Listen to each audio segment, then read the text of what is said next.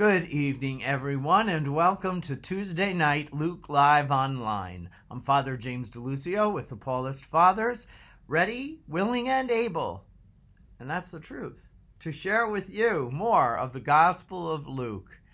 Our dialogue continues with chapter 7, verses 18 to 23, a very short pericope, following directly after two of Jesus' most wonderful miracles. The past 2 weeks, we covered first the miracle of the healing of the centurion slave, precisely because of the centurion's faith in Jesus and his faith, respect, and reverence for Judaism, from which Jesus comes, and the one true God that the Israelites have proclaimed to all the world.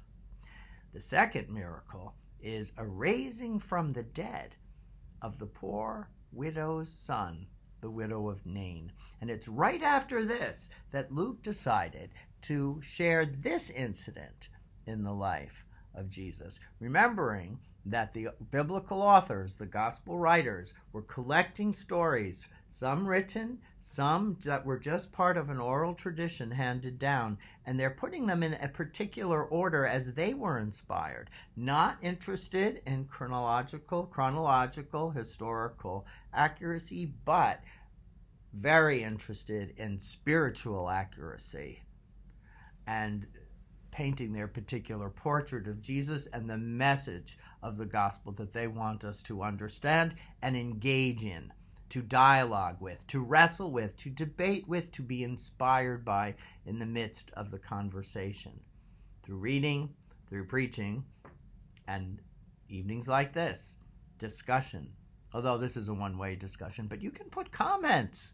You can put comments, and I will respond.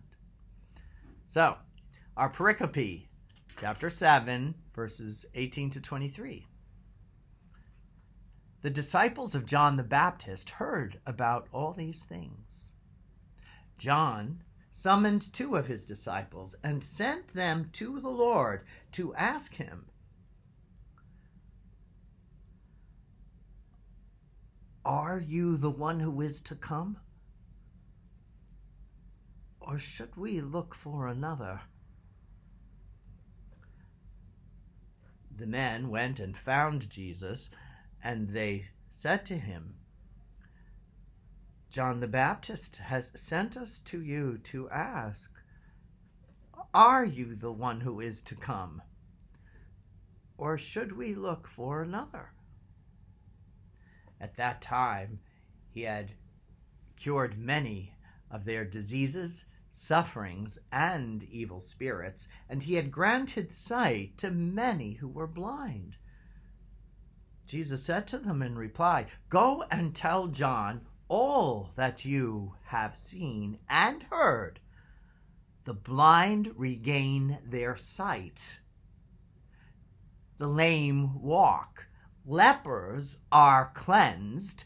The deaf hear. The dead are raised. And the poor have good news proclaimed to them. And blessed is the one who takes no offense at me."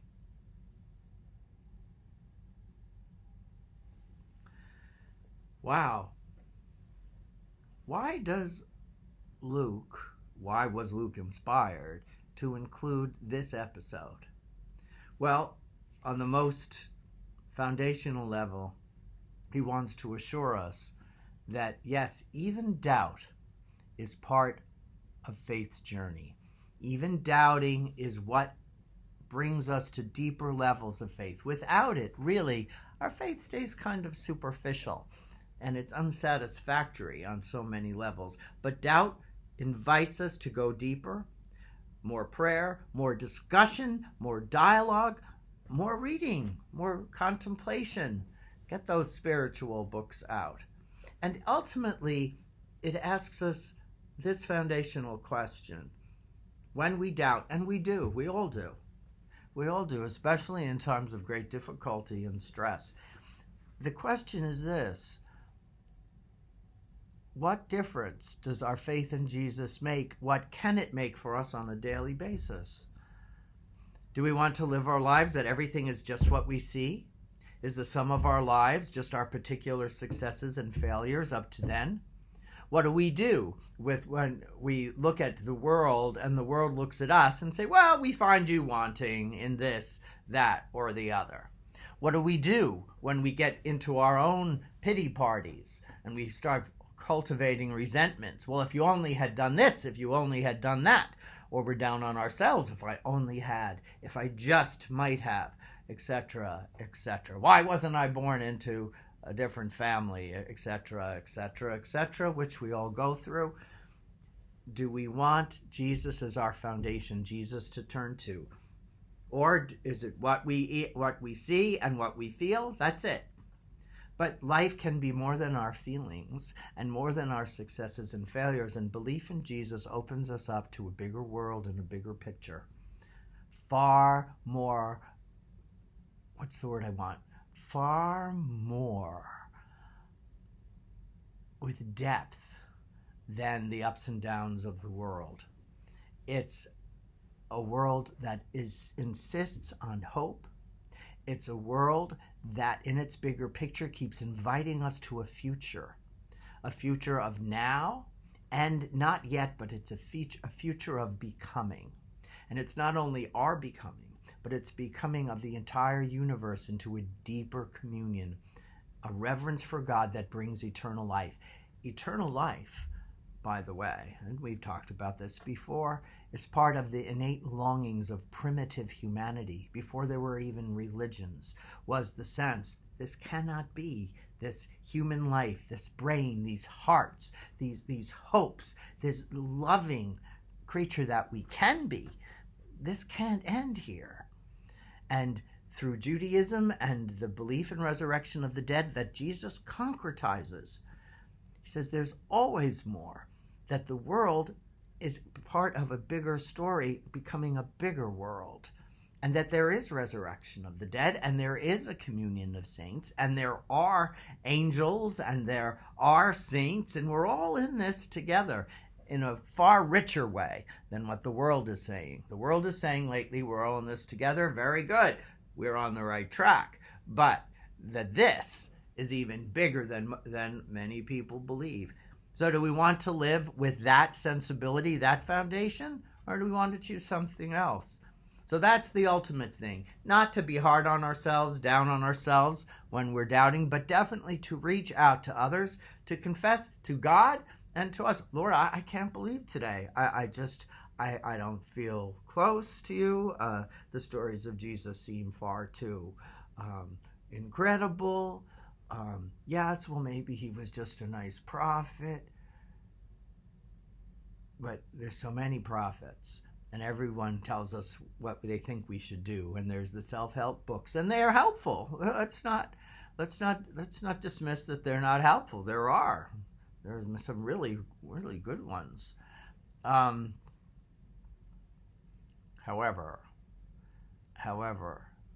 there's always something more. And communion, that relationship, communion, that's what God is. And he's calling us to deeper relationship for a greater purpose. If you like, you may see my homily that this past Sunday, Pentecost Sunday. It's on my blog, frjamesdeluzio.com, frjamesdiluzio.com. Again, if you wish to engage, read it, put a comment or two, here or there or anywhere. It's a much bigger world, right? So thank you so much for joining me. God bless you. Have a wonderful night. I hope this helps you sleep better. I think it will help me. God bless. Have a great week, everyone. Good night.